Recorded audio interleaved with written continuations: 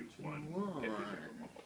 All right. Hello, everybody, and welcome to the Everyday Man Sports Show. I'm Average Joe here with... I'm Just Josh. All right, guys, thanks for tuning in. We're going to start it all off with Johnny Manziel flipping the bird to the Redskins bench. Oh, no. How does that happen, Mr. Josh? How do you take that? Top story of the you'll whole be world about right it now. like all week. But CNN trending #1 right now. Johnny Manziel with a flick off. Honestly, yeah, we don't care.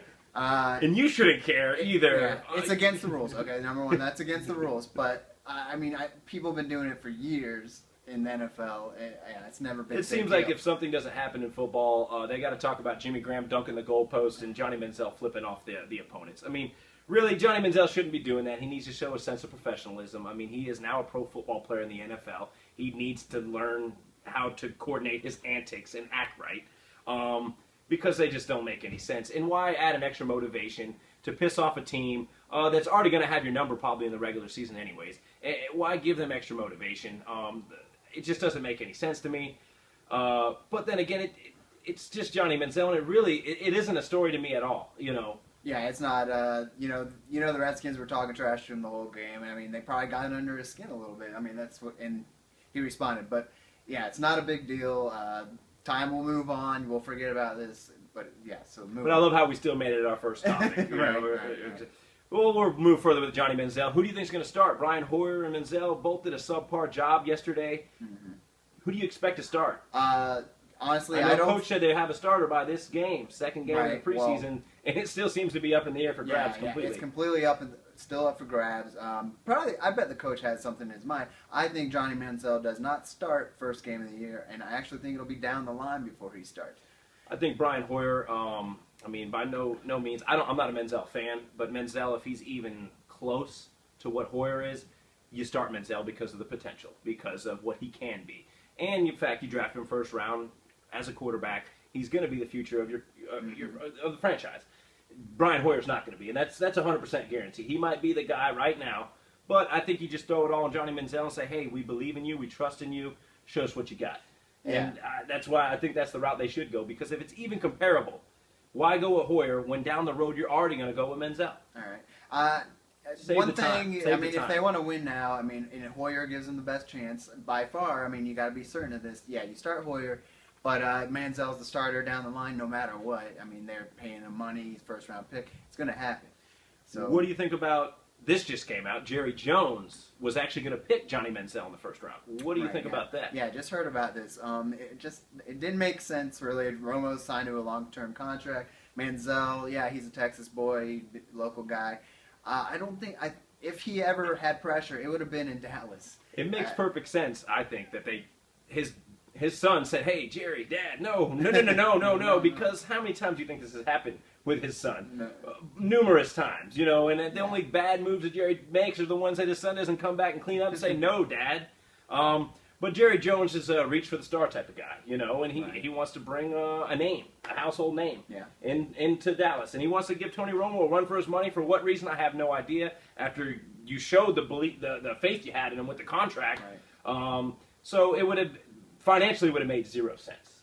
Absolutely 0 sense. No, because they could use a defender, and you're even thinking about picking another quarterback when how horrific their defense was last year. Just goes to show you Jerry Jones is not. He's not a general manager. You got to go. He's not a general manager. Really, with that guy. Yeah.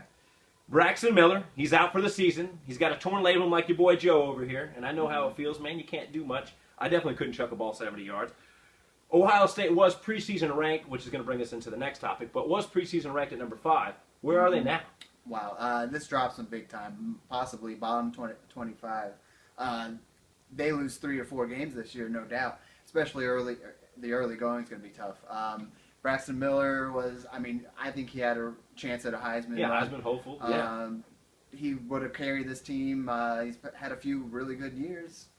Yeah, this completely decimates their team. They got now a redshirt freshman starting, and that's a long drop off. They got 4 new offensive linemen, so you got a whole new offense right there, and you got a freshman quarterback who was a redshirt. Yeah, like you said, it's gonna be tough, and they don't have the strength of schedule to lose a few early because they're out. They're out right away. Lose so 1 or 2. That's what I'm saying. So they really need to be flawless, and it's just not going to happen with a freshman QB and 4 new offensive linemen. They need to develop that continuity. It just won't happen. Yeah, they're done. And there's too many good teams, and what a year for it to happen with the first year of the 4-year playoff, where Ohio State really could have locked in for this playoff, and it just put them back. I mean, can't be mad if you're an Ohio fan. You got Cleveland this year is going to make a run at the East, may win it all, and then you got Johnny Manziel. It's going to give you a whole bunch of crap over there in Cleveland. Ohio's doing okay this year. Yeah, Ohio's doing okay. You have a lot more other things to watch. Plus, their basketball team's always good. All right, guys, and like I said, segue into our next topic. Florida State is #1 preseason poll. We know Ohio State's #5.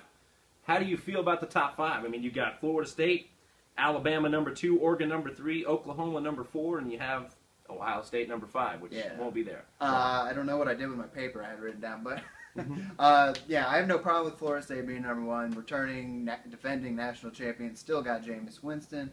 A lot of returning pieces. Great recruiting classes the past 3-4 years. Good coach. And they're in a weak ACC conference, and they can win. I mean, there's no reason why they shouldn't win. Right. Alabama, they're going to lock down the SEC, but you still got that's the only top 5 team in the SEC. So it's going to be an SEC team in the top 2. It just depends on if it's going to be Alabama, Auburn, or whoever South they Carolina will be okay. Possibly. Yeah, Oregon is a little bit. I mean, they're not a dark horse because they're #3, but I mean they could threaten in that top 3 being a title. Okay, and then we got Oklahoma as well. Yeah, I don't believe in Oklahoma. And I don't believe much in Oklahoma either, but I think someone else will slip into that top 4 spot as far as the playoffs go. Yeah. But by no means are you going to see Florida State, Alabama, Oregon, and Oklahoma for the 4-team playoff. It might be something like that, but it's not going to be those top 4. No. Going on to our next, we're going to talk about. It's our weekly predictions. We're going to predict until the beginning of the regular NFL season comes, and each week we're going to throw out 2 predictions, one for each division, one for each conference. So, starting with you, what do you think? So, yeah, the AFC North, man, it's hard for me to go against exactly what happened last year. The Bengals are a strong team. Andy Dalton's, they showed their confidence in him with a big contract. Big contract extension. One of the top paid quarterbacks in the league now. Even without a single playoff win, but he won a division last year. But they got beasts at the receiving position. Their defense is stout. I got them winning. And I think the Steelers could be a surprise, because they're always tough, really. So you do have Cincinnati winning? I got Cincinnati winning. Okay, because I thought you had Baltimore. Oh, no. Okay. I got Cincinnati. I got Cincinnati winning, too. Okay, I thought we were going to be in a disagreement finally, and I can argue with them. But me and Josh seem to just basically agree on everything. Cincinnati's who I got, too. I hate to pick the same 2 teams as last year because a lot changes every year. But Cincinnati's the only team that really maintained and retained what I think they have. Pittsburgh, they lose Emmanuel Sanders. There's still questions. Roethlisberger is always injury prone. I mean, he's a consistent guy. You can know what to expect from him when he's on the field. But I mean, there's just as far as the questions go, Baltimore, they make the biggest acquisition. They pick up Steve Smith, so that really kind of puts them on the top of the board for improvement. But I think Cincinnati, if you have to pick and put your money on it, that's got to be the team that you're going to pick. You don't got Cleveland and Manziel? No, definitely not. And then we're going to do the NFC North. So this one's another division. You got to go with Chicago. I mean, they have that high-powered offense once again with Forte. And they got the best receiving core. Alshon Jeffries and Brandon Marshall. I mean, they got the strongest receiving core. Yeah. And their defense is always stout. They may not be top 5, but they'll be top 15, which with that offense. Granted, we're going to need Cutler to stay healthy. Last year he goes down, McCown comes in.